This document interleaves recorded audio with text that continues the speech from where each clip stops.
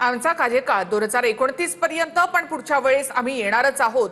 पुण्यामधील कार्यक्रमात मुख्यमंत्री फडणवीसांनी हे सूचक विधान केले। पाहणार आहोत मात्र आदित्य ठाकरे इथे बोलतायत, आपण पाहूयात।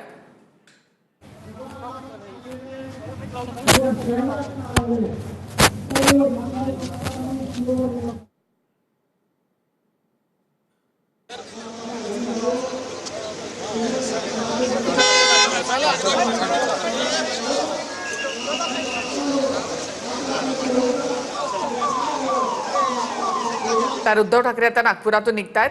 इथे त्यांनी रामनगरच्या श्रीराम मंदिरामध्ये रामरक्षा पठण केलेलं आहे। त्यानंतर इथे त्यांची सभा झाली। या सभेमधून त्यांनी भाजपवर टीका केलेली आहे। रामरक्षा पठण हे तुमचं काम आहे, रामरक्षा करणं आमचं काम आहे, असं उद्धव ठाकरे यांनी फडणवीसांना म्हटलेलं आहे।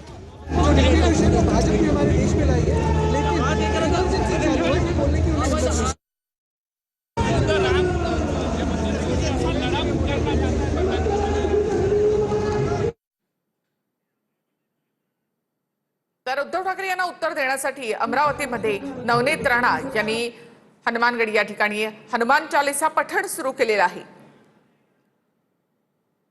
याआधी देखील नवनीत राणा यांनी हनुमान चालीसा पठणात महाविकास आघाडीच्या काळामध्ये त्यांच्यावर कारवाई करण्यात आलेली होती।